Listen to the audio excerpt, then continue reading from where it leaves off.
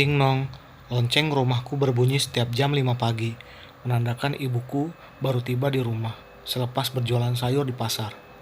Aku terbangun dari kasur besiku yang sering berbunyi ini, dan lekas membukakan pintu serta memberi salam.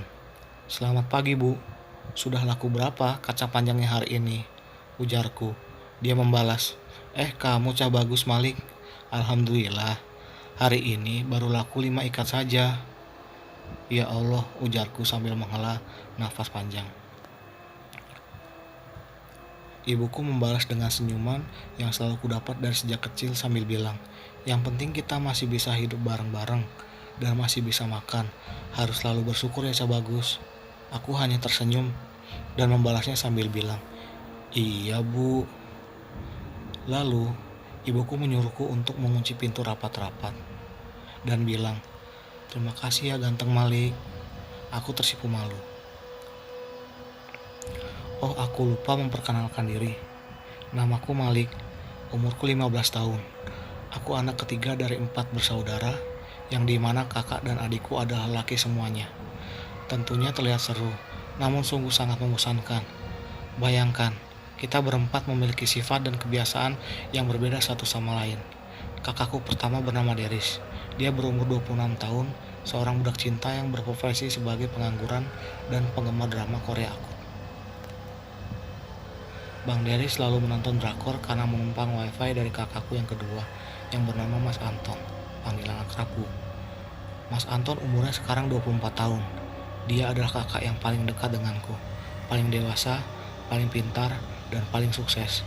Walaupun dia sangat introvert, karena ketika sedang di kamar dengan laptop kesayangannya, dia sangat tidak bisa diganggu.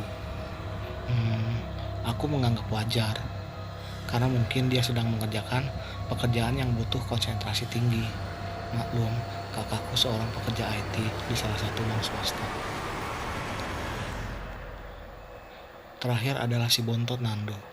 Dia hanya seorang anak kecil kelas 5 SD yang tiap hari merengek minta pulsa ke Mas Anton untuk bermain Mobile Legends. Dasar.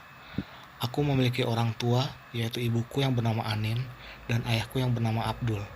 Ibuku seorang pekerja keras. Dia dahulu pernah bekerja sebagai sales manager di salah satu perusahaan makanan.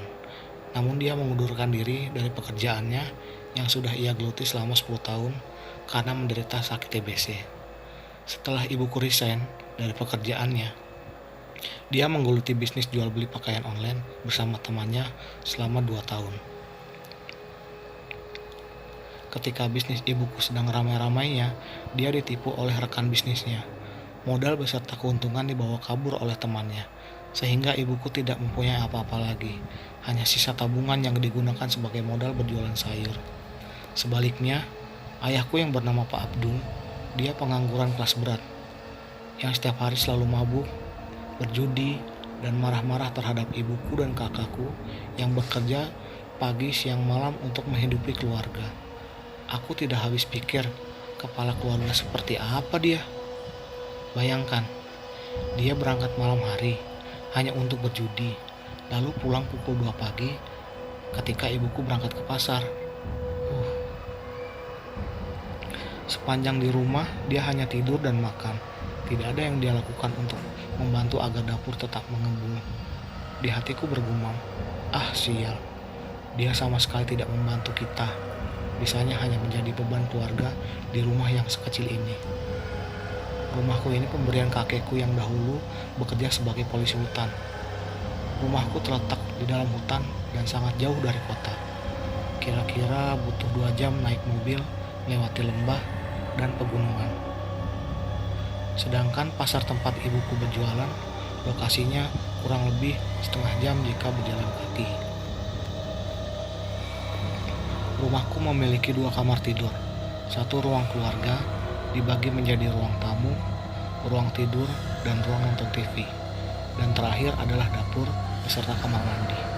Untuk kakakku Mas Anton tidur di kamar tengah. Adikku dan kedua orang tuaku tidur satu kamar di kamar depan. Sedangkan kakakku Deris dan aku tidur di ruangan keluarga dengan satu kasur besi dan satu kasur lipat untuk alas tidur kami.